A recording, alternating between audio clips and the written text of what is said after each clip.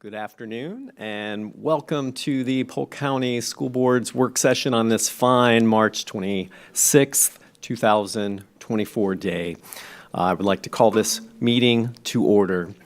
I would like to thank everyone for being here, especially our staff and your availability. I really appreciate that.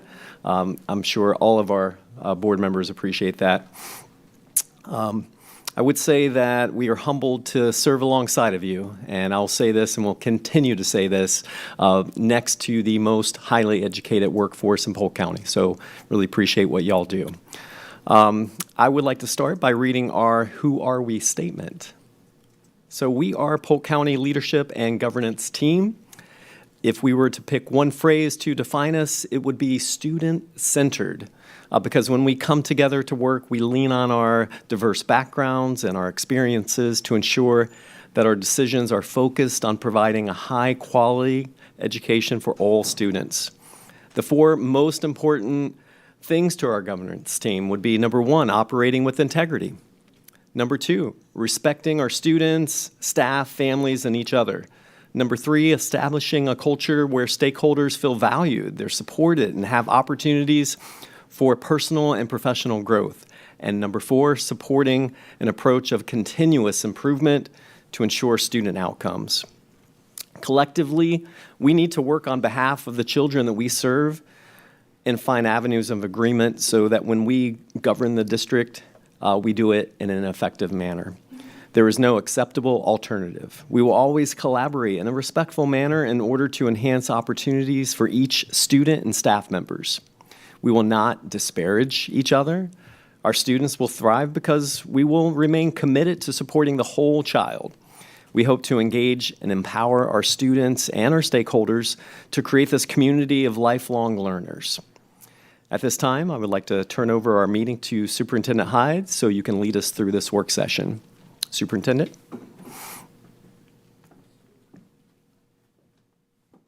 Good afternoon, Mr. Chair, members of the board, members of the community and staff. Thank you for being here today. First up, as we have continued to do, we continue to share and recognize our existing partnerships within Polk County Public Schools, within our community, and those are the things that help ensure that our families and students have all the services and supports that they could absolutely or need, or provides further justification for us to continue, as you mentioned, to help develop the whole child. And so our community partner who's here with us today, we have the representative with us is Ms. Jane Waters Murphy. She's here with the Haines City Community Redevelopment Association to speak about their partnership with Polk County Public Schools. Good afternoon, Chairman Dr. Allen and honorable board members, as well as Superintendent Hyde.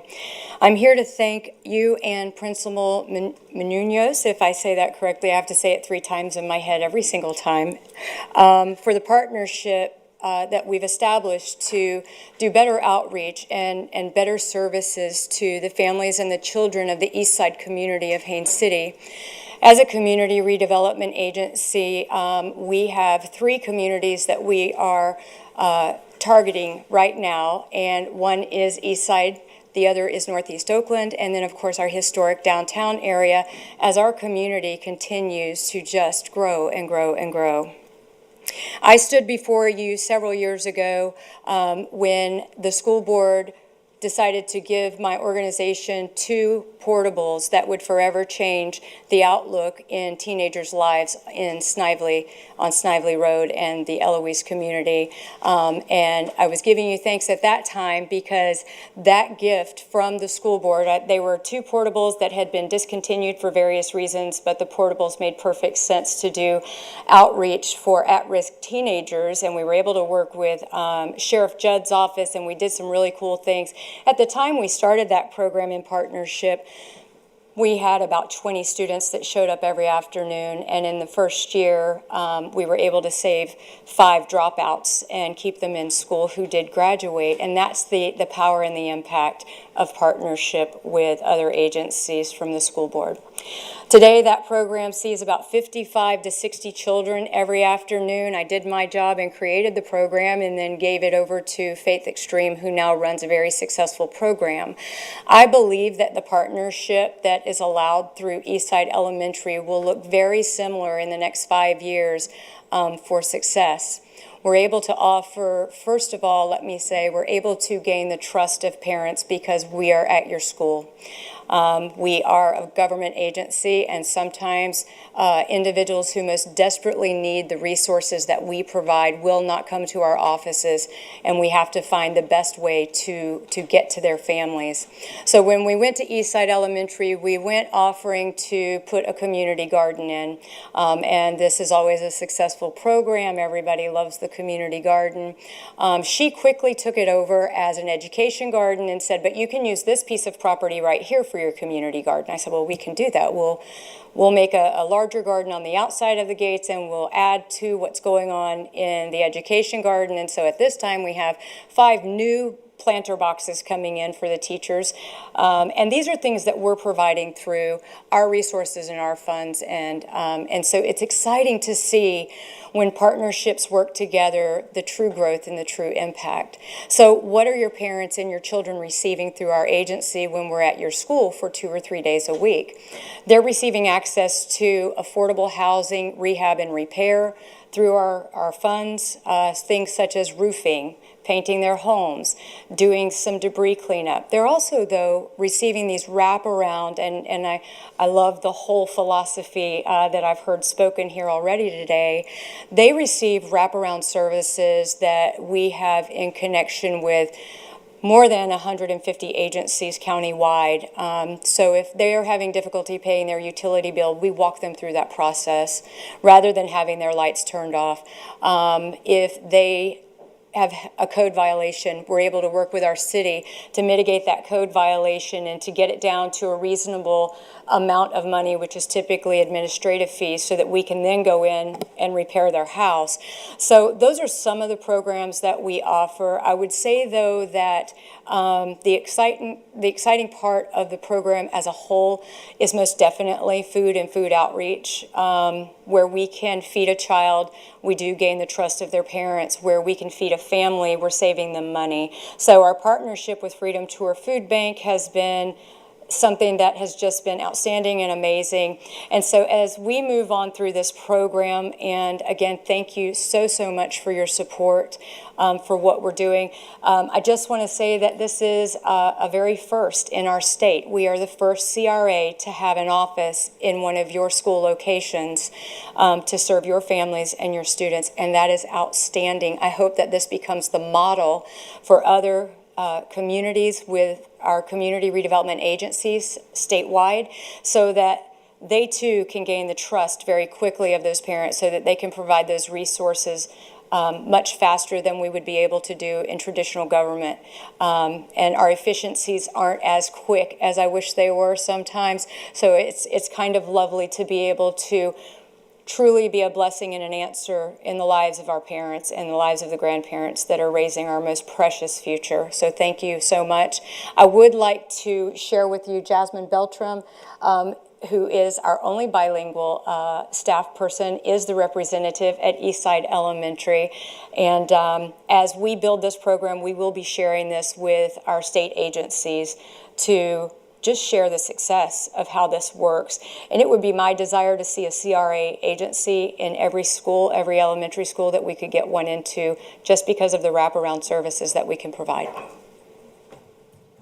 Thank you. Ms. Miller? Hi, thanks for coming today. I'm glad that you mentioned you're the first one doing this, because I'm thinking of other schools and areas that were not, they don't have this opportunity. I can tell you, I was just thinking of other ways that we could help get them, when you're supporting families, the information even with our Head Start students, to get them really young and make that relationship then, so we can help support them as they age through our system. I think this is phenomenal and it's desperately needed. So thank you for coming today and sharing that with us, and hopefully we'll inspire some more of the CRAs to do that, because the need is great and you're certainly working to meet it. Thank you. Thank you so much. There are no further questions or comments. Thank you so much. The next item, board members, I'm going to invite Mr. Schmidt and Mr. Wenninger. Mr. Schmidt is the CPA Managing Principal, and Mr. Wenninger is the Senior Associate with Clifton Larson Allen. As you know, they're going to provide us with a summary of our annual comprehensive financial report, along with Ms. Jenkins. Thank you. Pleasure to be here today. Just again, for the record, my name is Lance Schmidt, and I served as the principal on your audit for the year ended June 30, 2023. So glad to be able to present the results of those audits to you today. So you should have received a couple of items. The first is kind of the larger document, which is what we call the annual comprehensive report. Roughly 200 pages of fun reading for you guys to learn all about the finances of the school district. And then in addition to that, you should have received a letter as well that we commonly refer to as a governance letter. This covers all the required communications that we're required to have with governance. I'll give you a brief highlight and overview of that during our presentation today. So with that, we will jump right into it. And I believe we've got, there we go, perfect. We've got slides here. So I'm going to just recap exactly kind of what you've hired us to do. Whenever we say we do an audit, there's a lot of things. It seems like maybe we just come out and look at some financial transactions and that's it, but there's a lot more than that. The first thing we do is just that, and that is auditing both the footnotes and the financial statements of the school district, and you'll see our report in that document as well as a lot of other good information. The other thing that we do that goes well beyond the numbers is what we refer to as a uniform grant guidance audit or a compliance audit.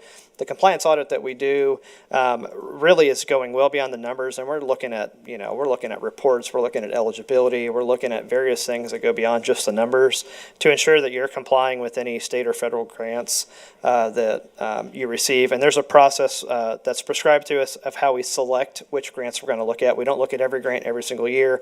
It's kind of a rotating process that we do to make sure we're covering all the significant grants. Third thing that we do is what we call the examination. What we're looking at when we issue our examination report, and all of this is in the annual comprehensive financial report, is basically the school district's compliance with the investment of their public funds. Specifically, do you have your funds with a qualified public depository, and are you, any investments that you have, make sure they comply with your investment policy and the rules of the state of Florida. So we issued that report. We also issue a Florida management letter, which covers other compliance requirements on top of all the things I just mentioned that the Florida Auditor General wants us to look at. And then lastly, all of this goes into a data collection form, which gets submitted to the Federal Audit Clearinghouse, and this document becomes public record for anyone who would like to download that and see the results of the audit. And so, again, I mentioned somewhat jokingly, there's roughly 200 pages of fun there for you to look at, but I want to give you just a couple of key points here just so you understand exactly the scope of the audit. We did spend over 1,000 hours, roughly 1,100 hours working on the audit this year, so again, it's a pretty heavy lift. It involves a lot of work, and it does take several months to complete. We had 9 different engagement team members. There's 4 reports that I kind of briefly covered. Total debits and credits, whenever we look at all of your transactions, we actually get a download of every transaction from your system when we do our audit, so we can do data analytics. It's roughly $42 billion. And then the total number of transactions that we looked at was, I shouldn't say that we looked at, that we analyzed through data analytics was 1.8 million, over 1.8 million transactions. So it gives you an idea of the scope of the audit. There's quite a bit that goes into the audit. And so one of the things I mentioned is you have the governance letter. I want to just briefly recap some of the highlights out of that letter, just so that we make sure that we communicate these. We're going to talk later about one new accounting standard that went into effect this year, but you'll see that listed in the governance letter. Any corrected or uncorrected misstatements. So we had one audit adjustment this year that we'll talk about briefly, and then we had one uncorrected misstatement. Uncorrected misstatement is a fancy way of saying if we found something that was immaterial, but we did note that it was wrong, we would notify management and governance and say, hey, we noted this entry wasn't recorded. And so we had one of those, but again, in the big scheme of things, immaterial to the audit. And so all of that is listed in that letter. If we had any disagreements with management, and when we talk about disagreements, this is really of a professional nature, to where we either disagreed on a compliance or accounting issue, or if there was any type of restriction on the information that we got, that would be a conflict as well. Glad to report that we had none. We do request both your CFO and head accounting person, as well as your superintendent, to sign what we call a management representation letter. That letter essentially states that the financial statements are true and correct to the best of their knowledge, and there's no known errors in that. If management felt they needed to get a consultation with another CPA firm, that CPA firm is required to get with us first, make sure they have all the facts. It's kind of like a second opinion in the medical field. We were not aware of any of those. And then lastly, if we had any difficulties encountered during the audit, I'd be required to communicate those to you as well. While we didn't have any difficulties that resulted in any missed deadlines or any other issues, did just want to say we actually, last year, if you recall, the audit was not done on time due to a variety of reasons. But this year, both management and CLA worked very closely to make sure that we had a great game plan and we could issue this on time. We were actually done with the audit on January 31st, essentially everything, but we were waiting on a couple of school districts to come in. So we had about 7 school districts that were a little bit later getting us their financial statements. If those were not included in the financials, we'd have to qualify our opinion, which would not be good. So we worked with, I say we, but the management worked with that charter school system to make sure we got those financial statements. Those are now reflected. We got those on March 1st, which is why we're here today, rather than being here in February. And so just, 2 things I wanted to make sure to highlight on this slide is you can kind of see a brief overview of our audit approach. I'm not going to go into that in detail, but 2 significant risks that we always look at in an audit, and specifically related to the school district, is one is management override of controls. Obviously, you could have a great control environment, but collusion or management does have the ability to kind of push stuff through the system. So we take a special look at any entries posted by your senior accounting professional staff and or anything that they could potentially impact without maybe having a control in place. So again, we do that through a variety of ways, but one of those being journal entry testing to make sure those manual adjustments are reviewed. And then secondly, revenue recognition. And when we talk about revenue recognition, it's really making sure that the revenue's been earned, properly recorded, and any disclosures are correct in the financial statements. And so with that, I want to recap the results of the audit, probably the most important part of the presentation. When we talk about our report, we've got a couple different opinions. You received the best opinion, and that's an unmodified opinion on your financial statements. And so simply what that unmodified opinion means, and this is roughly a 3.5-page document, but it essentially says your financial statements are true and correct, true or materially true and correct, and there's no other known issues. And so again, we don't look at every transaction, but again, for those material transactions, everything is properly recorded. So again, very good news there, clean audit report. The second second report that we issue is our independent auditor's report on internal controls and other compliance-related matters. We don't issue an opinion on this, but if we had any findings, we would report those to you. We did have one finding in this year's audit.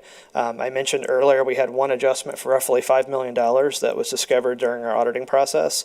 And the reason that's listed as a finding is, if we hadn't have discovered that during the audit, it's potentially, would have been misstated. And so, again, we did disclose that in the financial statements, and management's aware of that and already implementing controls to ensure that doesn't happen again next year.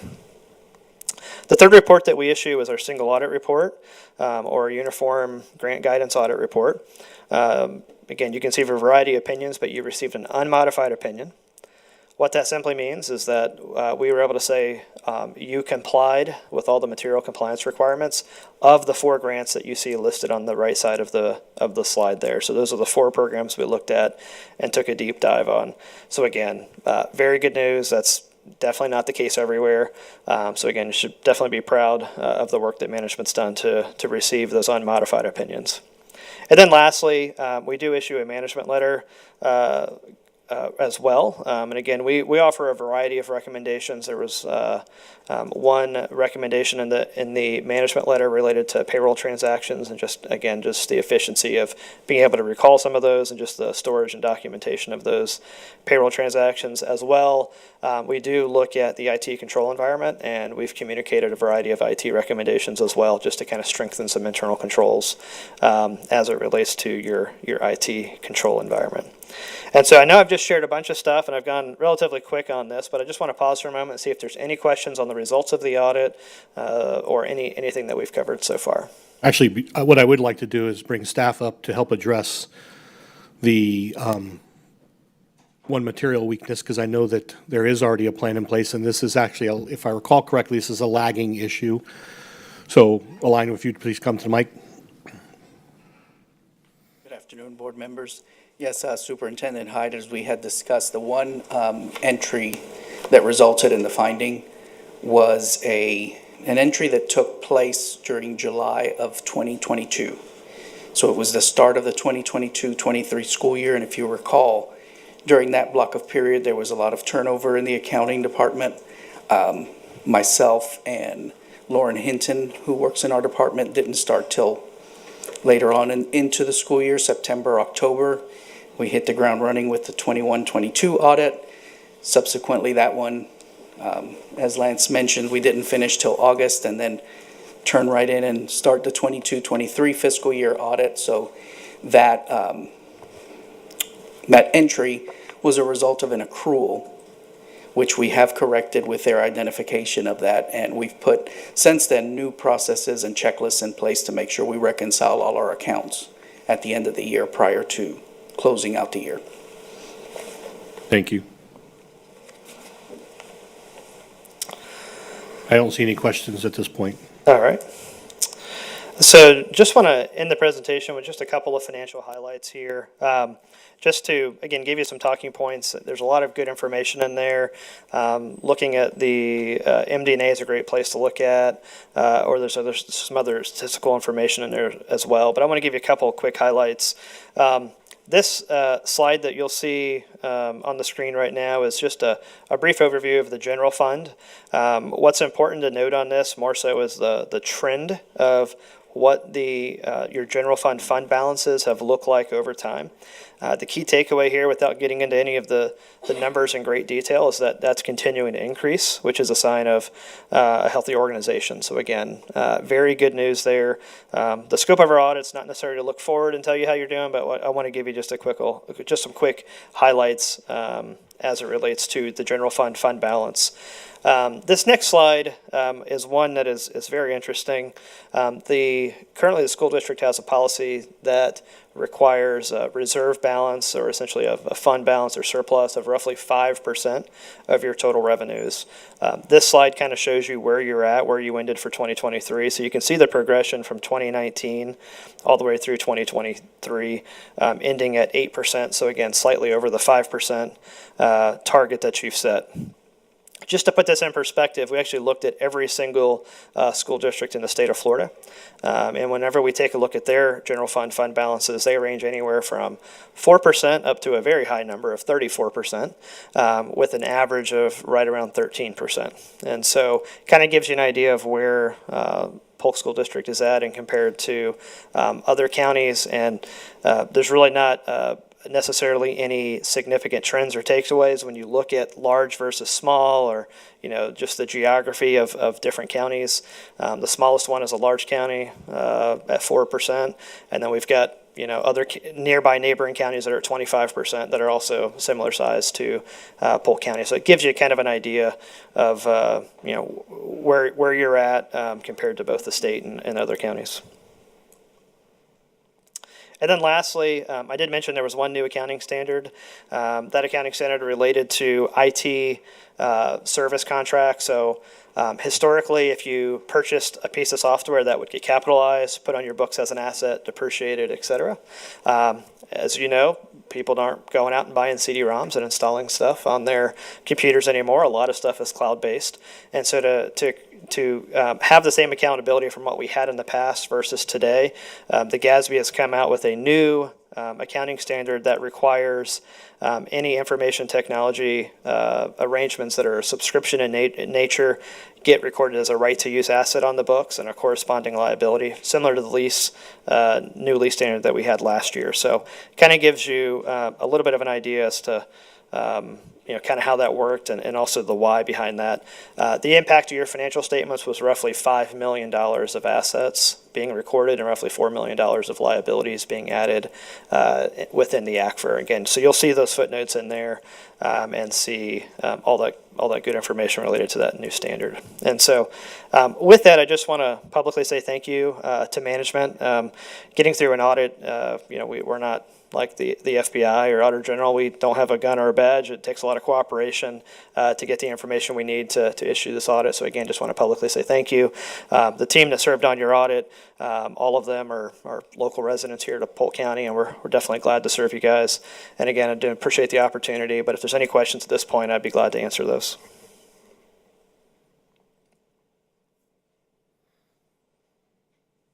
Ms. Miller? Thanks. You mentioned the one delay was with a charter. This is probably a staff question. Can you talk about what process we have in place so that we can help those delays or improve those delays with charter schools? Or do we have any leverage to do that?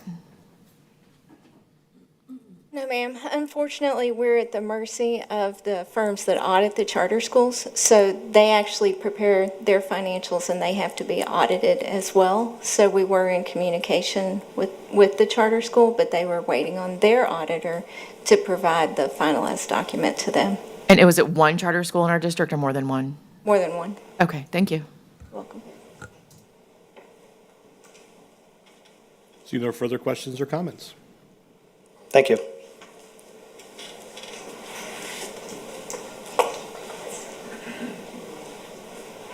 Next item, board members, I'm bringing to you, it was a request to alter the school board calendar for meetings for inclusive of this year and starting next year, or also adding next year. As you know, we are scheduled to meet on May 14th of 2024. We would request that we change that meeting date this year to May 7th of 2024. I did have the opportunity to discuss with Ms. Cunningham concerns that she expressed, primarily that it's a very short window right now, and that many of you have already committed to events and other activities based off, the calendar we developed at the beginning of the year. Staff have indicated, so let me provide you the why this is being requested. Our staff have to mobilize a large amount of equipment each and every time we host a different event outside of the board meeting room. This includes graduation events, which will start 1 week from this date. The problem with that as well is that we also host graduation events away from the RP Funding Center. In this case, this is the large graduation event that we hold for our special needs, our student school, center schools. It's typically held at Lake Region. And so staff were looking for a more appropriate timeline in which they could move equipment, connect it, host the event, take everything down, and then mobilize it back to the graduation event. We will have a longer solution for them. They are actually working right now to identify what equipment needs to be duplicated. A lot of the equipment right now we have duplicates of. My understanding after our conversation today is it's really just a control board that we may need to order. Obviously, if we were to order a new control board, the new board will go back here to support board meetings. Then the older board would be the one that we mobilize for different school events. But until I have that information, I just want to make sure you understood the why behind this. Again, in meeting with staff involved, Mr. Geary and his team, Ms. Winchester and others, they were fully understanding of some of the considerations as to your schedules and events you already have at this time already scheduled for those dates, so that this year they would be able to accommodate this year, so there's no pressure for you to feel compelled to make that change right now. But again, wanted to at least provide an opportunity for you to hear why we're requesting this, why it would change in the subsequent years. Again, to provide a far more appropriate timeline for our staff to be able to address setups and takedowns, but also, answer any questions that you may have pertaining to this. Ms. Miller. Thank you. And this is what needs to be done. I appreciate the fact that our team is working to make sure that the center school graduations have the same coverage as our high school graduations. That has not been in the past. They were not covered at all. And so I understand trying to take equipment down and move it is very important. And I don't have an issue with the date being changed. I'm not sure if anyone else does. Thank you. Yes, ma'am. Ms. Wyatt. Thank you. I currently am slated to be at a conference that day, so I just want that to be noted in case it's a quorum issue. But I'm happy to either call in if there's quorum and I'm able to do that, or just to watch online and submit any comments beforehand, but just so you all are aware. Yes, ma'am. Mr. Sharpless? I have nothing. I have nothing on that date. I would be able to switch. I just would like a decision to be made as soon as possible for this year at least, just so I can have it on the calendar for other events. Dr. Allen? I mean, I just expressed concern that my date is already locked in for May 7th, but whatever the will of the board would be. So I would not be here as well on that first proposed change. Mr. Nolte, you've not clicked to speak, but I am going to call on you. Because really the question is that of a quorum, and if so, if you have a scheduling conflict, I know Ms. Cunningham does. There are at least two other members who've indicated a conflict. So it would be really come down to you and Ms. Fields for me to be able to determine whether or not, again, we don't have to change it this year. Staff are willing to be very accommodating, but we would look to change it for the upcoming school year. What was the date again? We would move from May 14th to May 7th. That should be fine. Hopefully I'm finished up with Moffett by then. Okay. Okay, then I have enough information that I will make a decision and I will inform the board and follow up with you with my rationale. Thank you very much. The next item before us, I believe Ms. Candy Amato is here. This is Polk Pre-Collegiate Academy and a request for expansion. Ms. Amato. Good afternoon. So I come to you again. Third time's a charm. So Polk Pre-Collegiate, after watching last work session, they are tuning in. And they did heed the comments in regards to not expanding the 6th, 7th, and 8th for next school year, but instead rolling into the 11th grade since they already have 15 10th graders on their campus. So they have modified their request for next school year to just add 11th grade and then rolling into 12th grade the following year. However, their full request is still to add grades 6 through 12 at some point, but with next year with the focus only on 11th grade. Their staffing plan would stay pretty much the same that I reported as last month. Ms. Miller? Ms. Amato, can you just tell us how this would work as far as when it would come before us and timelines for that? So if the board approves their overall request of expansion of grades 6 through 12, then that is a blanket contract modification that they are allowed to expand grades 6 through 12 through the duration of their contract. If you wanted to put a specific timeline in, next year they roll to grades 11, the following year they add grades 12. 6th and 7th grade is still on the table. They could add those at any point because it's part of their contract. So what would be the alternative if they've understood that there's concern for 6th and 7th and they haven't truly modified the contract, if it's going to still be in the contract and it'd be open for them to do that? So how does that work? That could be an additional conversation that we just ask them to focus on the expansion of the high school component only, and then once they find success, to come back and request as a separate contract modification, the addition of middle school grades. Because I think that's what you just said they understood. I think they do, but they haven't changed that formal request yet. And they do have a board meeting tonight, and Okay. I've already spoke to the principal Okay. and told him to please tune in and to watch, as we may need board action from his board tonight. Because I would hate to vote against that if my intent was I'd love to see them continue with their students and add 11th grade, but it would be hard for me to vote for the 6th and 7th grade being open and on the table when the last work session was very clear that we didn't have enough confidence in that. But thank you for explaining the procedural, and I hope that their board meeting tonight, they can be more defined in what they're looking for. Thank you. Ms. Wyatt? Thank you. I'm still caught on, I would love to know if they have somebody already in place that can teach science and English, or if that is, where is that unicorn though? I would like to find that unicorn for ourselves. Yes. So that is a concern of mine, is just how many preps each of the teachers have still. And is that conducive to a positive learning environment for students? I know that's something that we can't make our decision based on, but that is a concern that being able to get teachers in each of those content areas that are Correct. are able to teach what they need to. But I think I would like to, at very least, see in writing from them where it's what the new outline is, because that doesn't appear to be included in these documents.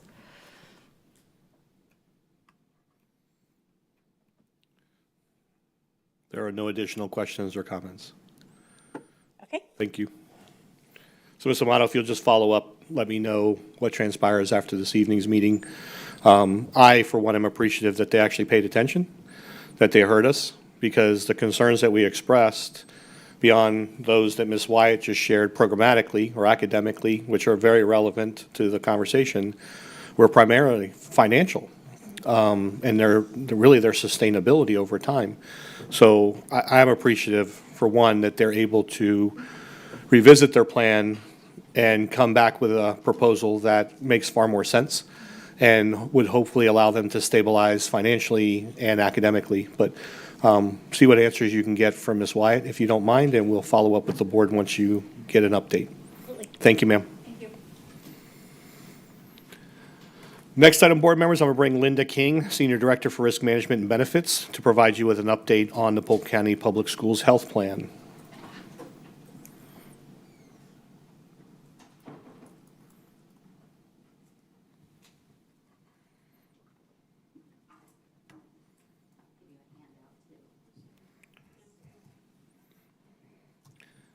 Okay, well, Judd's got me covered because I didn't realize the controls had changed. So thank you very much for having us here this morning. As you all know, we do an annual financial accounting for our self-insured health plan, and that's what we're here to present to you today. And with me today, providing your updated handouts. These were updated yesterday. We had some last-minute financial updates to make to that. We'll cover with you. Jan Bush with Robinson Bush Consulting. And then we have Allison Poole with Wakely Consulting, and she does our actuarial analysis. So I'll let Allison start out for us to talk to you a little bit about the filing itself. Good afternoon. Thank you for the opportunity to talk to y'all and present a little bit about the actuarial certification that's required for the annual filing of the self-funded health plan. So what the first slide that I guess you're looking at is that the Florida Statute 11208, and that's the detail of what it talks about. But the purpose of the statute is to allow any government entity who has decided to self-fund their program, there are certain requirements that you have to meet. First is an actual certification. So that's where I come in. So what we're looking for in the actual certification is that the plan is considered actuarially sound, or that you're covering any reserves, your liabilities, and that when we're looking at the future, you're expected to continue to cover your expenses.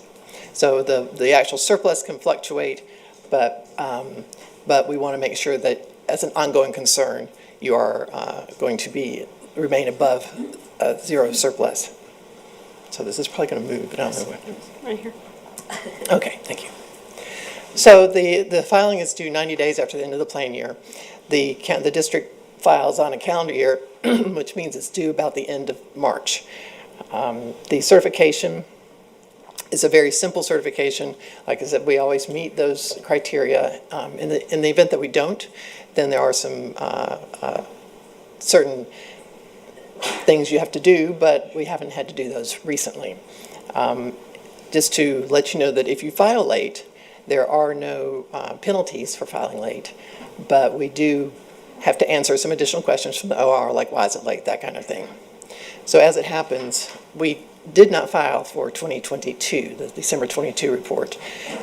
There were a lot of negotiations and discussions still happening, so we didn't feel comfortable that we could give them an honest certification or an honest report, so we're less than comfortable with the certification. So we decided to hold that filing, and the exhibits that represent that filing will be provided to the OIR, the Office of Insurance Regulation, this year, so they have a full picture from 2021 filing to 2023.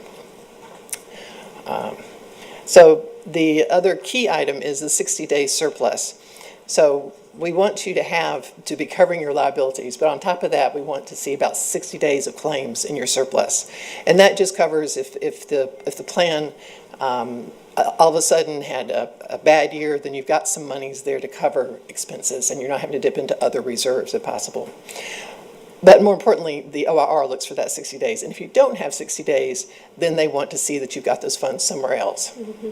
Hopefully, even if you tell the OIR that you've got that money somewhere else, you never have to go find that money. You have to use it, but they want to see that you can fund that to the 60 days. Is there anything else you? Okay. Yep. Good afternoon. Thanks for having me back again this year. And actually, I'm coming with good news this year as opposed to in the last several years with respect to the performance of the health plan in 2023. Things really did stabilize from a claims perspective. And obviously, the school board has pledged more money going into the plan as of July 1st. We started the year on January 1st of 2023 with a surplus balance of $2,115,000. So that's where we started the year. We brought in $151.5 million worth of revenue, which is the board's money, the employees' money, the retirees' money. There were also some ESSER funds that were transferred in the amount of almost $5 million that were related to COVID-19 claims that the plan did incur, actually in the 2022 plan year. And so we came back with a gain of over $15 million this year, as opposed to the big loss we were looking at last year based on the trajectory of your claims at that time. There was a change in your incurred but not reported to be able to adjust to match your SAP balance. And so the overall change in the surplus that gets added to the $2.1 million is $13.4 million. So we're ending on December 31st of 2023 with a balance of $15.5 million. That represents 42 days towards that 60 days that Allison was just referencing. Mm-hmm. So it really did turn around in 2023 from a plan performance perspective. We're going to look a little bit about what may have caused that, but there were fewer admissions, fewer higher cost claims. Inpatient services were down 27% in cost. So several things factored into that. The one thing that's still driving expense really is pharmacy. Your pharmacy benefits are still continuing to climb at about an 18% rate. So that's really having the impact right now because your claims, medical claims, were down over 5%. So this is just a quick snapshot in graphic form. Just go back to 2018 where you can see I guess it's greenish aquamarine or something, the revenue line basically. You can see that it was below the gray line in 2018. In 2019, it actually improved. And you can see what happens with large claims at the bottom. These are the number of claimants that exceeded $150,000 in that plan year. So in 2018, there were 67. It went down to 50 in 2019. And then it shot back up to in 2020 to 73. And then it went up to 80. And 2022 was just an unusually horrible year from a large claimant perspective. There were 121 claims that pierced that limit. And that has come back down to 80 now in 2023. So you can see what impact those large claimants do have on your plan. And this is just a snapshot we like to show you every year of the group insurance fund balance from year to year. We take this back to 2016. We show what the board contribution on a monthly basis is. So in 2016, the board was contributing $594 per active employee per month. And when you scroll down to 2023, you can see that as of July 1st, that number is $959. So the board has really kicked in. That's inclusive of the $40 employee health center assessment that gets put into the plan as well. So you can see a lot of red through the years where the plan was losing money in different years. And then on the far right, it shows what your 60-day reserve requirement is. So at the end of this year, we saw that $22 million is what the Office of Insurance Regulation would be looking for in your plan. And you're just below that with $15.5 million. This is a deeper dive into the paid claims over $150,000. We just talked about the number of claims has come back down to 80. The total amount that was paid out for those 80 claims is almost, almost $10 million, over $9 million less. So the plan paid significantly less on the large claimant activity. So that really has had an impact on the overall experience. You can see that the highest cost claim was about 1.1 million, and then the top 5, it goes down to 732,000. And the average paid for the claimants that were over $150,000 is $305,000. So they were a little more expensive when they went in, but there were many fewer of them. So that really helped the plan. Wanted to just reiterate, again, reinforce the impact of COVID, what that had on your claims over the last few years. So going back to 2020 when the pandemic started, and then the total for the 4 years here is a little over 16 million, 16.3 million. It's very, very low, as you can see, in 2023. So these would be primary diagnoses of COVID-19. So it's really trickled off in terms of the impact on the plan for that particular disease. We also like to show you what the expense distribution is, just to show that there's not a lot of extra money going to administration and other things. Almost 95 cents on every dollar is actually going in to deliver patient care, either through Blue Cross Blue Shield, Prime Therapeutics, or your health centers. So it's really, 5 cents on every dollar is going to administer the plan, while 95 cents is going to actual patient care. This is your premium history. So basically the employee portion, you can see prior to 2014 all the way to 2024, what the history of the employee premiums have been on a monthly basis. And on the far right column, you can see what the plan expense is on a monthly basis on average for that type of member that's on the plan. So for your employees that are on the plan, the average cost is $662 a month. For a spouse that's on the plan, it's a little over $1,200 a month. And for kids, for every child on the plan, it's averaging $255 a month. So just information. And then retirees, when you have a statutory requirement to continue to allow them to participate in the plan, it's costing about $1,300 a month for retirees that are not Medicare eligible. Once they age into Medicare, they go into the FSRBC, which is a consortium with other school districts that offer a multitude of retiree Medicare plans for those folks to choose from. And these are the plan projections. And again, much better than what we looked at last year. So what we're looking at for 2024 is gaining about 14 million based on the funding and the plan design that's in place today. We're anticipating a pretty significant gain this year, which would bring your ending balance, if this all the assumptions held true, you would have an ending balance of a little under $30 million, which when you look at the 60-day reserve requirement, you're at 75 if this all happens. So that's where this year is projected to be. In 2025, with no changes, in 2025, the plan is expected to gain about 5 million, 4,979,000, which again adds to that surplus balance to be about 34.6 million.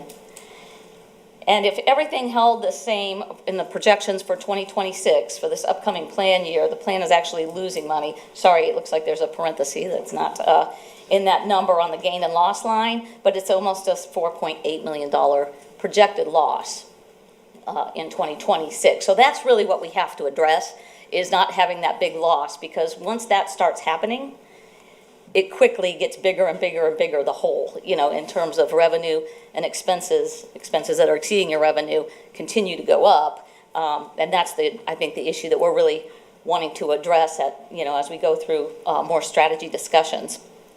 Having said that, you are still above your 60-day reserve requirement in 2026, but you would be going in the wrong direction from a revenue over expenses perspective. Okay, so next steps. I know many of you know we have a health strategy committee. It's been meeting since the fall, and we are out for bid. It went out this week. So we are going out for health plan administration. We're going out for pharmacy, and we're also going out for what we call navigation services, which is kind of an enhanced way you would kind of replace my team with an enhanced team that would be set up to take employee phone calls and direct care. And that would coordinate. As you know, healthcare continues to get more and more complex. Even for those of us that work in it, it's complicated. So what this would do is guide employees to the best possible care. Would include the network within whatever vendor we have for administrative services, but it would also help them as far as understanding any value-added programs we have, including the quality initiative with Embold Physicians, directing them to better care through like an urgent care instead of an emergency room, which are those strategies we've been trying to do on our own. But this would be a dedicated unit. And a lot of school districts are going to this just because of minimal staffing and the need for the larger size districts to really have some guidance and assistance for their employees. Wellness programs and incentives. We're talking about this. I really think that the wellness initiative has to come back to Polk County Schools. In 2019, when your wellness manager retired, it was actually put with Everside Health to do all those services. We only have 2 health coaches right now and a dietitian. What I'm proposing through our claims administration contract in the RFP is to use some of those wellness funds to hire that manager and actually place them with Polk County Schools to be more strategic. They would still work closely with the coaches, but the model that works well in a lot of school districts that have done well, and we did in the past as well, most of you remember that program that have been here for some time, but they would drive that administratively. Okay, so they would be hitting the ground running with all of those programs. Because what we're seeing is an increased risk of prediabetes. I mean, we know the diabetic population we have is very high. Our average BMI is 44. And if you all know, that's already obese or morbidly obese. So what we're trying to do is figure out how do we help the people that are not diabetic yet from getting diabetic and also we have about 14% of our employees that don't even use our health care. So you're paying $900 a month for them to have these wonderful benefits, but they're not accessing care anywhere. So how do I get them engaged? And so we could possibly be looking at different incentives and things for doing different activities, but we would be reinvigorating that program again and working on that. As we've got to provide, I believe we've got to provide some assistance and some education, but we also need them to commit to working with us, right, to improve their care. So improve their health overall. So we'll be filing this with the Office of Insurance Regulation, including last year and this year. So we're filing that together, and we're pledging. We're just a little short on our reserves. So Ms. Jenkins has pledged and signed a letter to pledge the resources we would have here to handle those claims should they occur with the Office of Insurance Regulation. So we're available for any questions that you may have. Ms. Miller? Thank you. That was I apologize. One second. Ms. Miller? Thank you. That was a long presentation, and I have been working with you guys closely on the insurance committee. I have a couple of questions. I have concern that the ESSER funds is what kind of, you could say, saved us this time, but it's not going to be back. If you go look at the chart, let me find out what page I'm on, where it showed the claims over the last few years. The claims greater than 150,000, 21 and 2023 are the same at 80. So I'm wondering if that's trend, because that will continue and we'll see cost increase with that. I would like to know, and I know we're going to have further conversation, the pharmacy is an issue, and your committee's talked about strategies to improve that. And we are, even though this looks good and we're not planning to have a huge ask of our staff, which most of us are not in support of, I'm very concerned with what's going to happen in the next year or two, and we need to start planning that now. And the conversation that these committees are having probably shouldn't end. Even after this has been implemented, it needs to continue. And as far as contracts that we have, and I was interested last meeting I was in, how many contracts we have had that have not been sent out to bid. As the taxpayers that come ask me what I'm doing as far as saving their dollars, we are going to have to show that we are being competitive with these contracts and service providers. So I'm looking forward to reviewing those as they come in.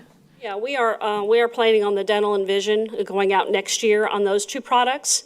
The vision was bid right before I arrived, which has been 5 years, so it is time for that. Mm-hmm. We'll also be going out for our consulting services as well. We did add a pharmacy benefits consultant this year. The pharmacy benefits part of any program is extremely complex. You talk about smoke and mirrors. That's why the transparency law was passed. It's just a game. Every time the legislature does something different, the pharmaceutical industry figures out another way to get around that. So we think that the PBM contract we did put some information in there from the pharmacy benefits consultant, will be much better as far as the terms and requirements we have in there, as far as transparency, full rebates. We are not getting, I can tell you, we're not getting all that right now. So we're anticipating saving, we're hoping about 20% off our costs. And that person will be a part of the ongoing committee meetings and the performance reviews. And we're even talking about going back and doing an audit of Prime back as part of that service as well. I think what I've seen is pharmaceuticals is where we can save the rebates on the front end and the back. If we had pharmacy under our roof somewhere, I do think that would be a savings. You're right, pharmaceutical companies move quickly with legislation and either in favor or however they're managing for the next term. We've got to do something. And I think that we're on the end of it where we're being proactive, and I appreciate that. I do have a couple of questions about the clinic, just numbers. I'm going to send you, interested in how much workers' comp we move through there compared to just people walking in for illnesses. So I'll just send you that data, and then we can send it out to the board if they ask for it. But I appreciate the work done on this. This is still, I feel like we're still in crisis mode with this because this is only solving it for a short amount of time. Yeah, there are a number of strategies we have to look at. We are looking at potentially, one thing that was very important for us with moving ahead with the RFP was getting flexible vendors that could do the types of things we want to. Like we want to do an on-site pharmacy, at one of the centers or more of them. We really, to carve that out of the current contract would be, very difficult to do. Okay. So we are looking at those options, but the first thing we thought was to align ourselves with flexible vendors that would allow us to, and most of that information, remember, all of it was put in the RFP as potential things that the vendor would have to be able to work with us on. So. And my last comment is there's a big investment from the board. You just mentioned that a lifestyle, if you look at our top 10 or even top 5 illnesses for this district, most of it is lifestyle based.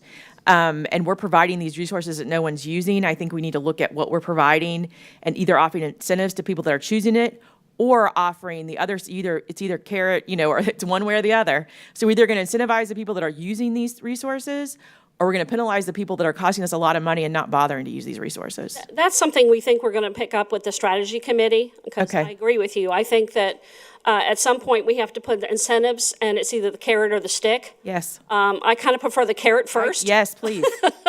To kind of give people some education and some time to get engaged, and we have to provide those resources to them. But again, after a certain point, we've offered it to you, you've either taken advantage of it or not, and we could look at, but a lot of that would depend, the most common way to do that is a premium through the health plan and or a surcharge that they can then work towards certain activities and get that waived. And it typically takes you a year ahead to start with those, and then the following year incurs the credit. Okay, but that's something we could certainly look at. I know we've talked a little bit with you about perhaps charging for the health center. So that's something, to be honest, it would be easier to do a payroll piece for that and have people opt in than it would to have people, pay there when they go. And that piece was discussed with people that work at the center. And I think, and we were talking about minimum, like $5, $10 to come through the door. And it kind of prevented what they were referring to as frequent flyers, because a lot of people I talk to, they can't get in appointments. If they go, it's packed.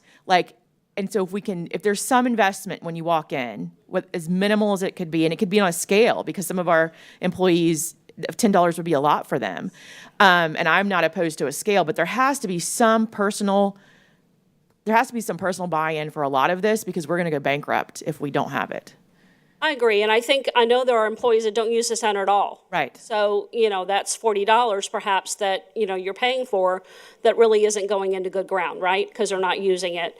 So we can definitely look at some options for that, and I think the Health Strategy Committee, I agree with you that it needs to extend further out till we get to a point where we feel, because there's always something strategically to look at, and we are still playing catch-up. I will tell you, for the time that I've been here, I couldn't believe when I walked in the door, we were $14 million in the hole.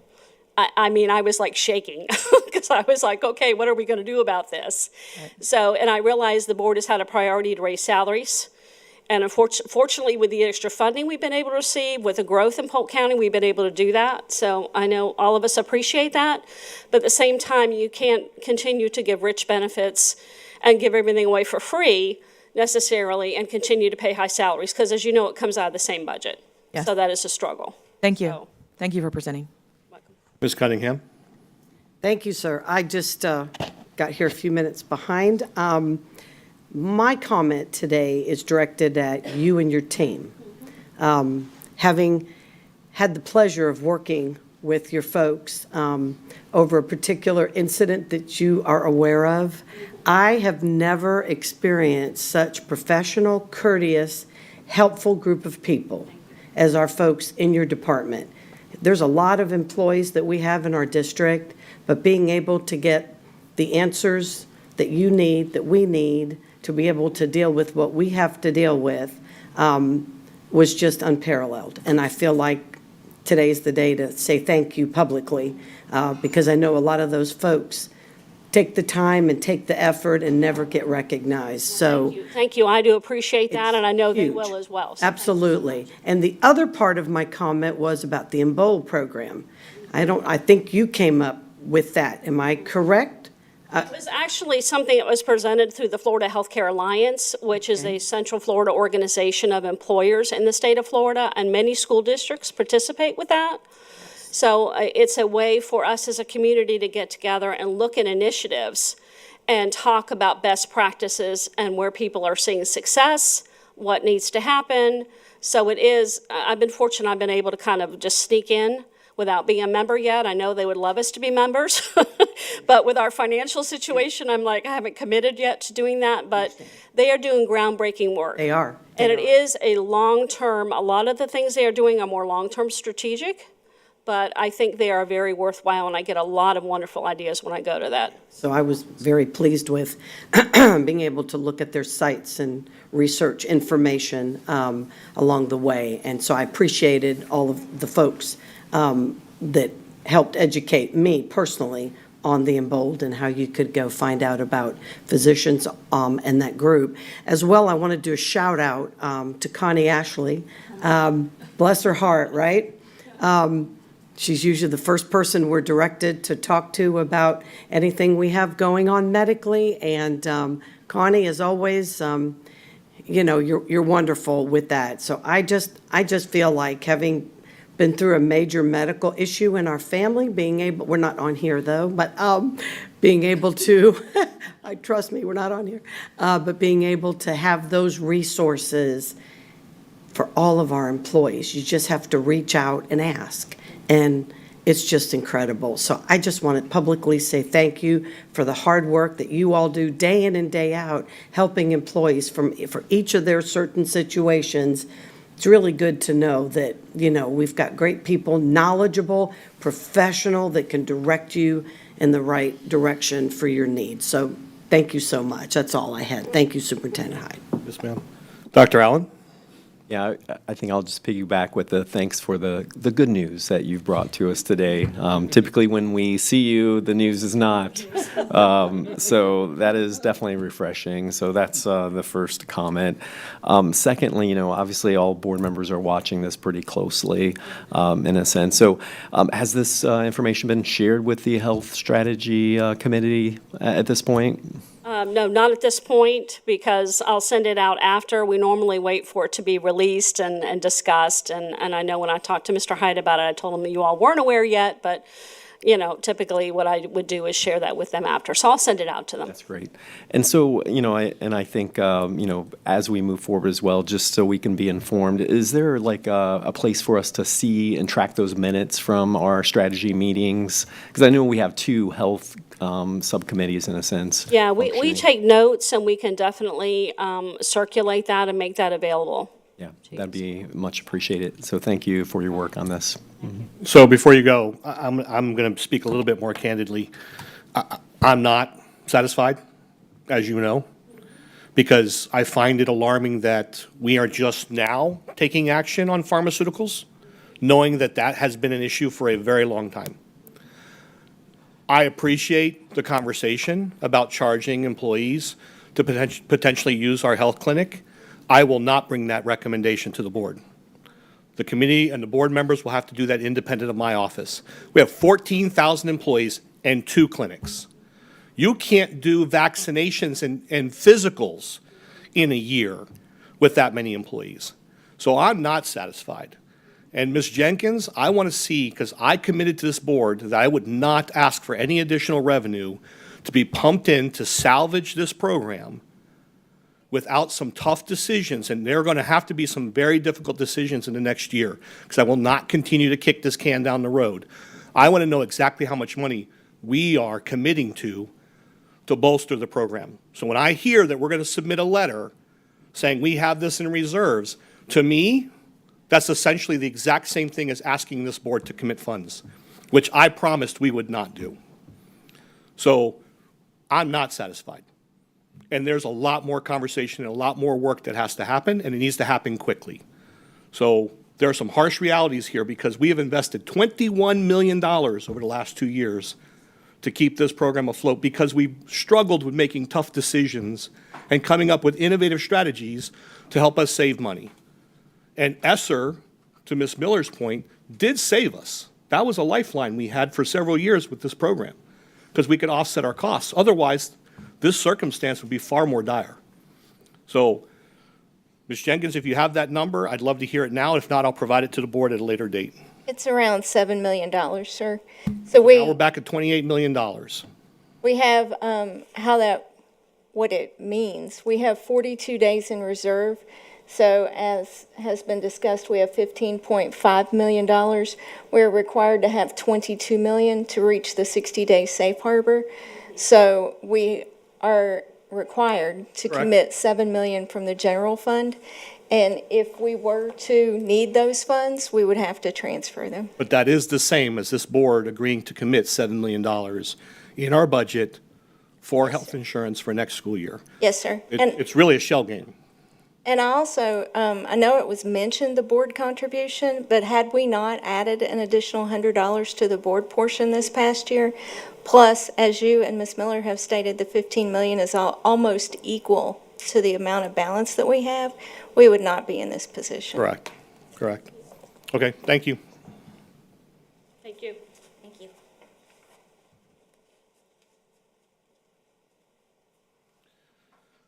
Members of the board, the next item is mine. I'm bringing it to you.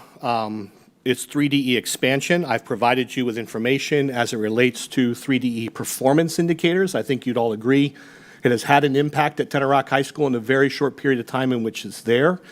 There are 2 schools currently under consideration. The next school that I would recommend expansion of 3DE to would be Lake Region High School. Why? Again, we are focusing on some of our schools that have a lower graduation rate to help us ensure that we're putting students on the right trajectory.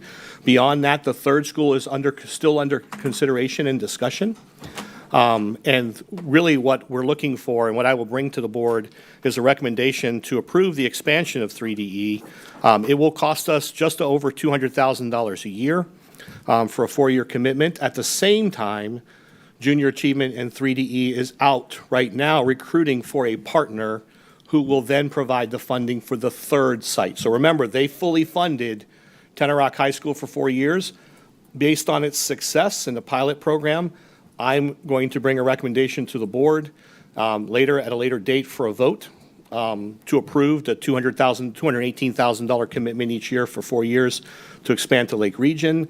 And then at that same time, my hope is that 3DE will have an additional sponsor who will commit to supporting a 3rd school in our school district. We're also very fortunate that the legislature provided some appropriations this year, and also through a private donation. I will not mention the donor here. We are very fortunate to be on a positive trajectory to have our own BizTown here in Polk County on the Tenor Rock campus. And so we've been in contact with them, been working with them now for over about 10 months now on that idea. I know Dr. Allen, Ms. Miller, and others are directly involved in that, at least through their partnership and association with Junior Achievement. It's been a great program for us, so I just wanted to make sure that I provided you with an update here today. But again, you'll be asked to vote on this item at the next board meeting. So I'll take any questions or concerns or comments that you have. Mr. Sharpless. First, I want to say my computer's on the fritz. I don't know what the problem is, so maybe when we have a break, if someone can, I have no idea. It's like, anyhow. But anyhow, as far as the 3DE, I just want to say that I recently had an opportunity to go to Tenor Rock High School and help with the coaching on the 3DE one day, and amazing program from my personal experience. Also wanted to make a comment that I think the expansion to Lake Region High School superintendent makes sense. Well, I know it's no longer one of my schools. Sarah Beth did pick it up in our redistricting, but I know from my experience when it was in District 6 at Lake Region High School that I feel that 3DE will be a benefit for that school. So I think it's a no-brainer for me. Thank you. Ms. Miller? With Tenor Rock being one of my high schools, I just want to say how much I've seen the growth at that school and what this program has done for students. We talk about attractor academies and trying to add things, whether it's to improve grades or to reach the kids. This program is designed to reach the students that are a majority of what we see. The kids who, they're not at the end of the academic spectrum. They're really those kids just in the middle looking to find the way to attach. And I think it's been very successful. I'm much appreciative of the donors and the local commitment from our community because it is costly to do these programs. I think Lake Region is obviously the next way to go. And if we, the east side, as far as fundraising, I think is an area that is untapped. And so I don't know if at that third location, if that would be where we go with that, but I'm sure there'll be some research done on where it's a best fit. But I'm looking forward to seeing the benefits that I've seen at Tenor Rock happen for Lake Region because it is a very similar school in need of that kind of support. Thank you. Thank you. Before I call on Ms. Wyatt, I just want to provide notice to those behind the wall, behind the curtain, that we will take a break after this item to see if we can't get your technology issues addressed. But I always have to give them a little bit of advance notice. I'm kind of stalling right now to let the clock build so that they have the time. So Ms. Wyatt, you're up next. Thank you. You can always count on me to have plenty to say if you need a few extra words. I just want to ask quickly, the 2023 3DE Polk County preliminary data, that is our Tenor Rock data. That's not including any other schools. That is just Tenor Rock, correct? That is correct. That's our only school in current That is exciting because those are, when we went and toured, I think several of us went and toured over in Hillsborough County, those are exactly the things that they told us would happen, which, every time somebody tries to sell you something new and great, and yes, this is going to increase attendance and decrease chronic absenteeism, this is exactly what the projections looked like. So it is exciting to see it in effect. I'm thrilled to hear that Lake Region would be the recommendation for an additional school. It is, especially with Winter Haven had a new building a few years ago, and with Cambridge over there, Lake Region has desperately needed an attractor program, and I think this is the perfect fit for the Winter Haven community.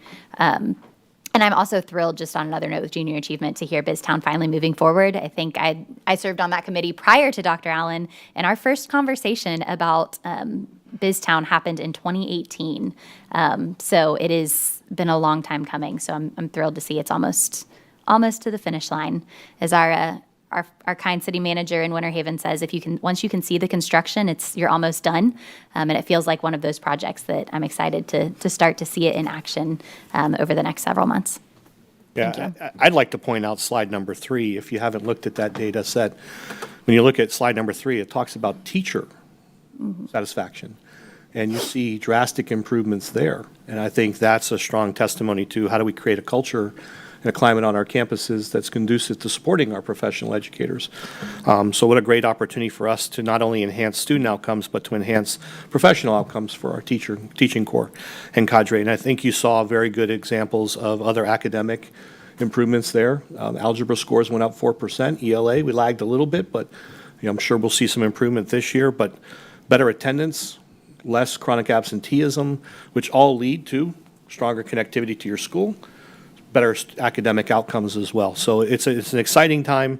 to be partnering with this. And, obviously, as I talk with them, and they see our shared commitment to this program and, to things like BizTown, which will become a revenue-generating opportunity for our school district, because for those of you who have ever had a student attend or you've been able to visit that site, you realize that school districts from the neighboring counties all send their students there, and it's a field trip, a paid field trip. So it's a great opportunity for us to create opportunities not only for our own students, but for our neighboring counties as well. So I'm excited, but again, I'll bringing the final recommendation before the board for approval for expansion at Lake Region. I hope to be able to provide you very quickly with an update as to a fully sponsored third opportunity for our school district. Mr. Chair, that concludes the superintendent's report items. I'd like to ask if we could take a short 15-minute break. It's 1:45. We can come back at 2. But this should allow the technology team enough time to meet with you and see what technology issues you're having. Thank you, sir.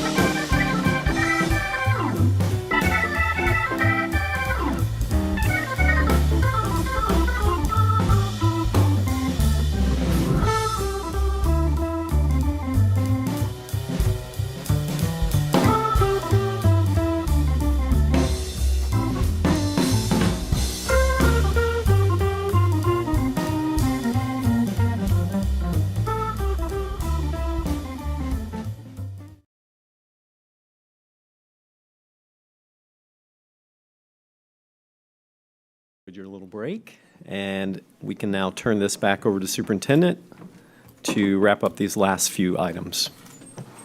Superintendent? Mr. Chair, members of the board, at this time I'd like to bring up Jason Pitts, Chief of Staff. He will provide an overview of any staff or district updates.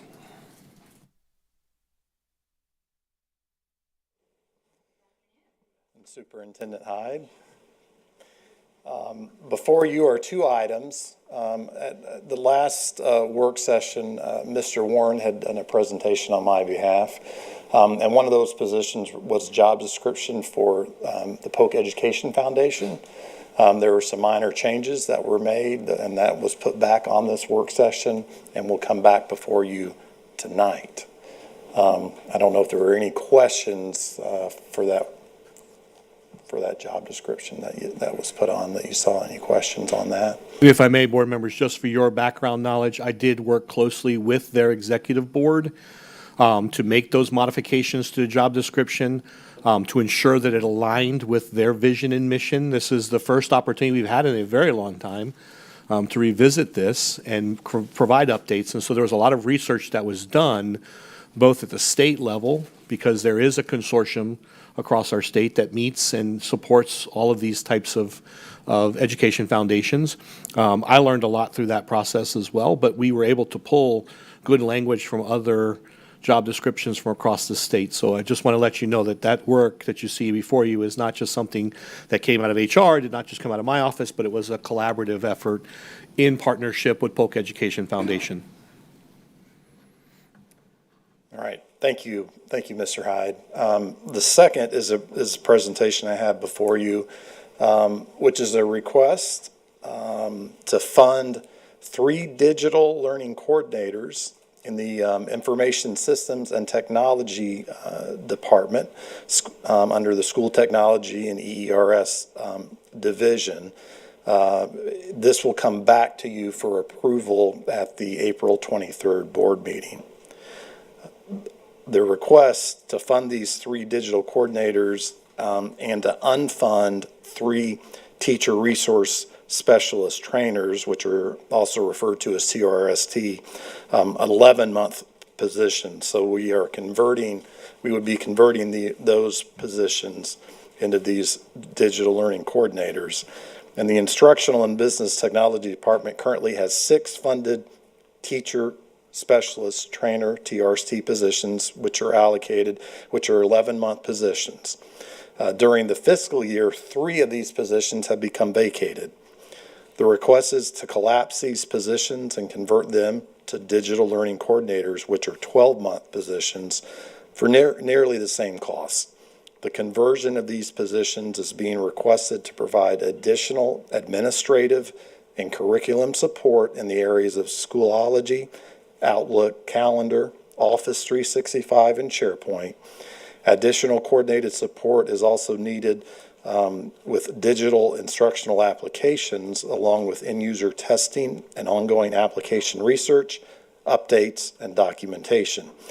These positions are also needed to support school requests related to Focus, Nearpod, and other digital applications, along with Microsoft product support with Power Automate flows and product training. In addition, these positions will also assist and provide HR onboarding support for new hires. These positions will still report to the Senior Manager of School Technology Services, Laura Sawyer, and will currently not have any direct subordinates. The positions that we're unfunding cost the district $255,672. The positions that we are requesting would cost a total of $265,122, which would be a total increase to the general fund of $9,450.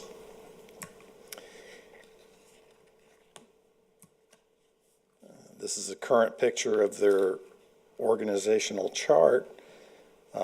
And you can see that we would be reducing the teacher resource trainer positions from 6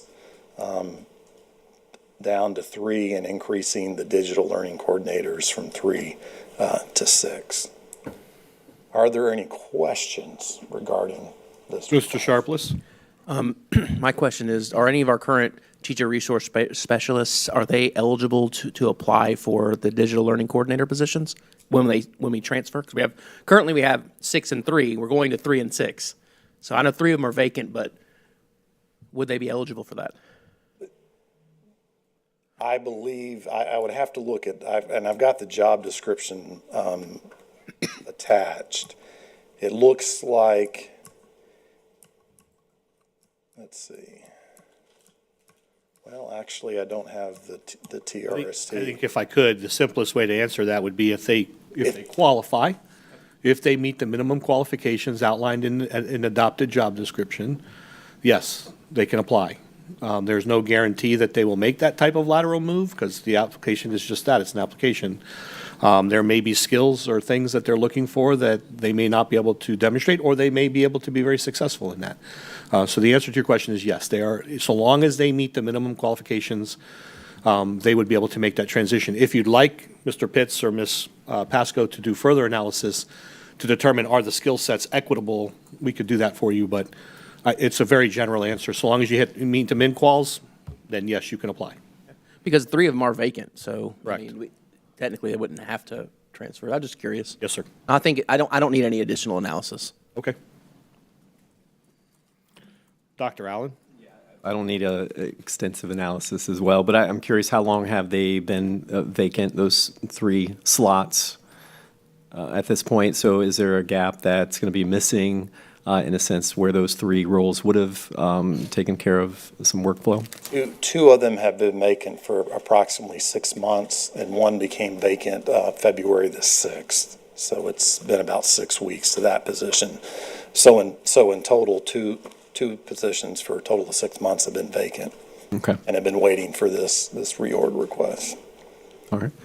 And as far as workload on the current trainers, do you?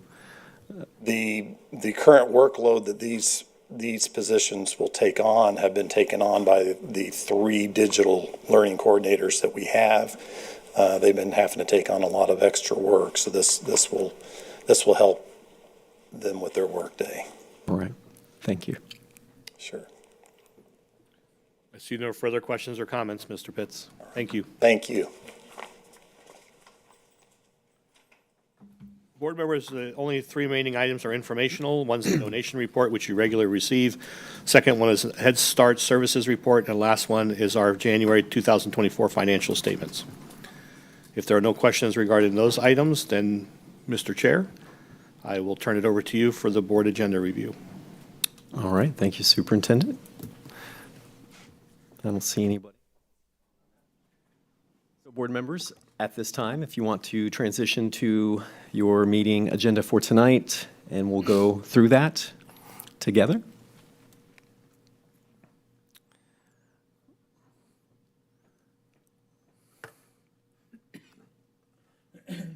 And I'm pulling mine up as well, so stand by.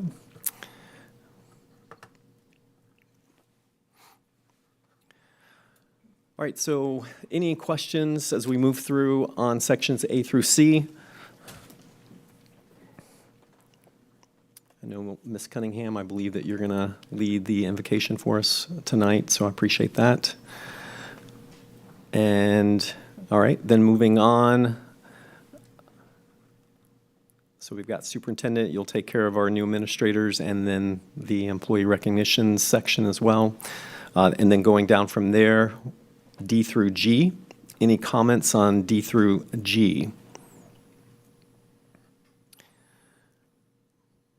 All right, section H and I.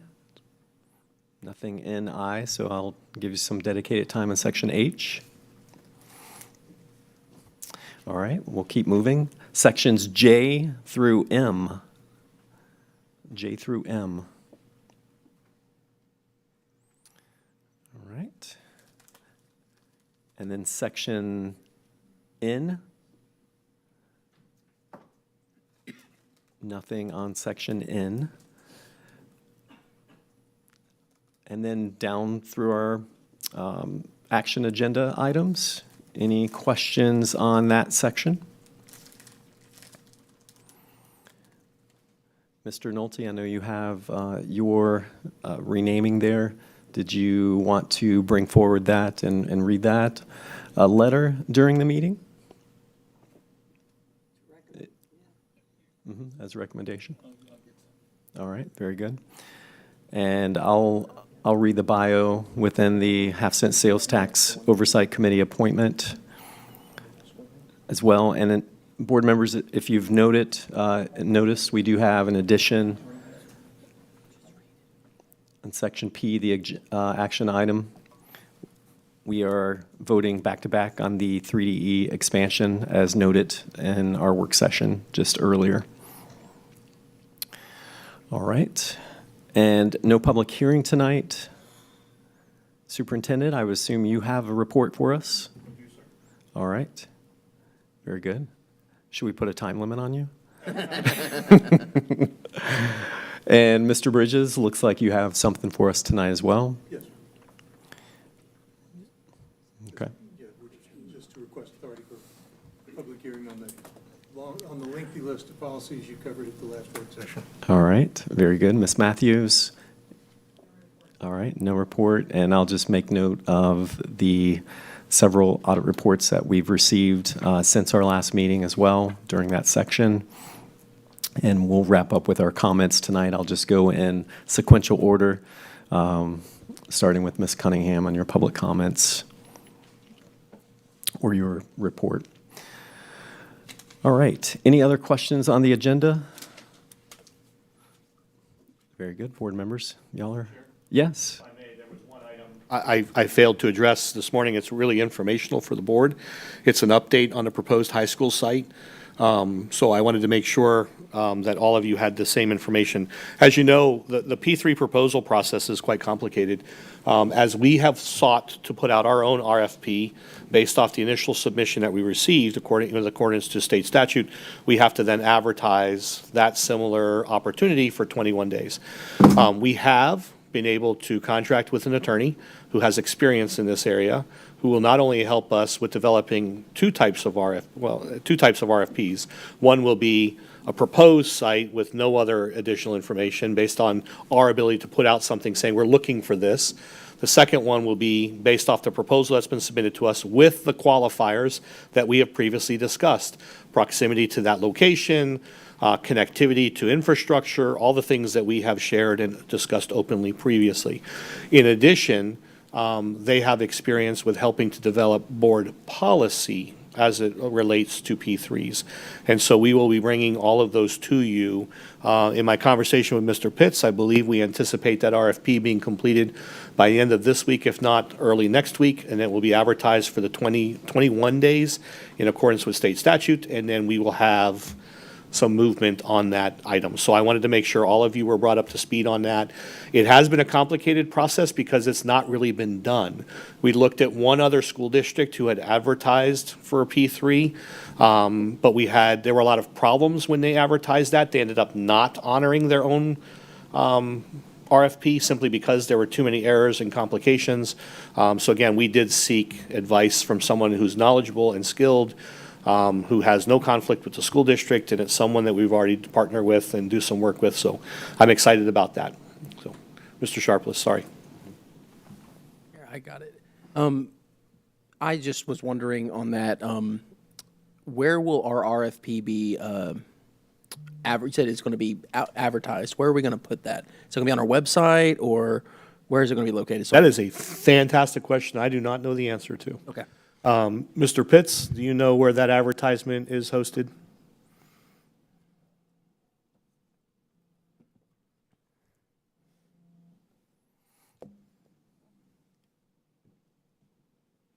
That is a very good question, something we needed to discuss. We will at least advertise it on Vendor Link, but whether we advertise it like in a local publication, we haven't decided that yet. I'll bring you some options on that, and then you can And that guidance will stem from, again, the policy that we will bring to you for review and then ultimately for approval if you decide to do those. So, but that's outlined in there as well to make sure that we have an established process and we can acknowledge where we're going to advertise that specific RFP, because it is a little bit more complicated than most. Thank you. Yep. All right, thank you. Ms. Miller? Sorry, I have comment on one of the consent agenda items, but it's only comment. I don't want to pull it off, and I don't want to, it's not for this evening. It's just, I want to recognize the work that's been done through the executive board with the Polk Education Foundation and Mr. Hyde in our HR department. You see on the consent agenda the new job description for the director of Polk Education Foundation. This has been updated to be accurate of what is currently happening and been happening with Ms. Copeland. If you looked at the previous job description, it was very vague. And so I'm glad that we are showing exactly what that job requires and what she has been doing in that office with very few people for a very long time. So thank you to the people who've done this work, and I hope people that are looking at this realize the intense commitment to fulfill that. Thank you. Ms. Cunningham? Thank you. Mine goes back to the information that you shared regarding our proposal for our new upcoming high school that's currently going to be hopefully in our district, my district there. I just wanted to say thank you. I know you and I spoke at length about it here recently and the status, and so I appreciate you bringing it forward in work session. I would also like to request that tonight, either during your report or mine, I may ask, I would like that to be done publicly, because people are asking what is, I understand, it's legal, it's other things. We have to do things appropriately, and I respect that. I just think public needs to know, because the last time we had a discussion, I looked it up, was January the 26th, so it's right at 2 months. So if you'd please be so kind and give that update tonight as well, I would appreciate it. Pleased to do so. Okay, sir, thank you very much.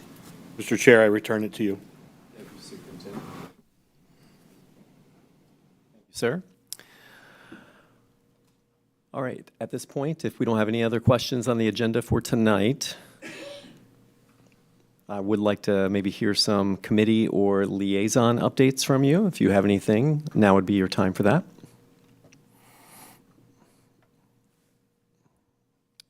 And Ms. Miller, you're recognized. I just want to mention, we talked about it earlier, there's 2 insurance committees, and I serve on one of those.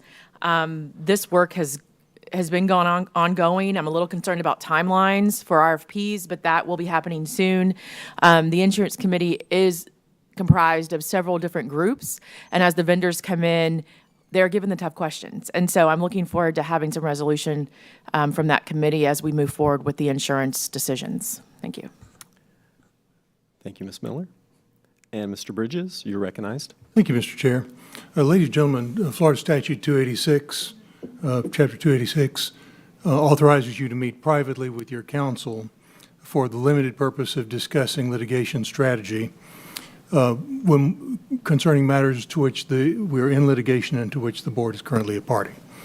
And I'm advising you in a public meeting is required that I need your advice, and I'd like to schedule an attorney-client session for the next work session. It has to be announced in an open session, which is this, and scheduled for a subsequent open session where I'll introduce it at the open session, then we'll go into a private attorney-client session, which will be recorded by a court reporter.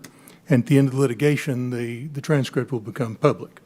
But it's for that limited purpose, and we'll schedule it for the next work session. Does not require any action from you today, but I am required to advise you before I do it. Thank you. Great, thank you, Mr. Bridges. All right, fellow board members, I do want to draw attention to the email too that superintendent sent to you in regards to Thursday as it relates to our strategic planning meeting and strategic update. You'll notice that you've got a full collection of board manuals as well. Our current board manual is in that email as well. And there is a Word document with some editorial changes that I brought forward. And I'm looking forward to your feedback as well on those. And I've already got a few suggested additions that I would like to bring to that board manual. So we'll make some progress on that. Superintendent Hyde, do you need to address anything in regards to that meeting on Thursday? We will, actually, the agenda will be modified slightly. I've had several requests that that be a working lunch. And then the only other request I've had is that if we're moving to a working lunch, that I make sure that we're providing regular breaks. So I will try to provide an amended agenda this evening, if not first thing tomorrow morning, to reflect that. I think the bulk of our conversations, with all due respect, I believe I can review the 5 goal areas, and really I'm doing this extensively as a courtesy to Mr. Sharpless and Mr. Nolte, again, to make sure we're up to speed on our 5 adopted goal areas, the initial initiatives and targets there. There are at least 5 areas where I will need feedback from the board as far as establishing goals for areas where we've not established an annual goal or a metric, and then that should conclude that portion. And then again, asking you for any additional feedback as far as, are there other initiatives or things you'd like to see us addressing? The board will be very pleased. You will actually receive a very comprehensive handout. It's 100 pages long. And I want to give kudos to Mr. Green and his team, Mr. Green for taking the initiative to ensure that all of our departments were providing regular updates as far as the initiatives we're already been working on. So you'll get 2020-21, 2021-22, 23-24 data. So it's really imperative that I provide that to you. It's informational only, so that's why it wasn't provided to you in advance. We have it at the print shop being copied because, again, I'd hate to overtax some of our copiers in our office spaces. So you'll get a hard copy of that for your review. And then, again, I think the bulk of the conversation will be around goal setting.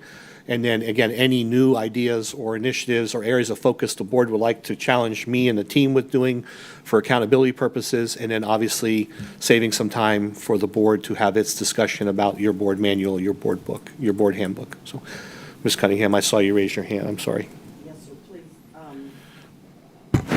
I wanted to ask if you're going to be providing the hard copy. My question. You'll get an electronic copy as well. I know, but I prefer hard copy when it comes to stuff because then I can make notes. Will that be in time for the meeting that morning? Yes, ma'am. Or after it? No, you'll have it that morning. We'll have it that morning to make notes and things. Will that be following along with your presentation, or is this a totally separate document? It's a separate document that really captures the work that's been done to date towards Okay. the goals and initiatives we've already agreed to. Okay. Thank you for clarifying. I Yes, ma'am. appreciate it. All right, thank you, Ms. Cunningham. Board members, if you don't have anything else at this time, this meeting is now adjourned.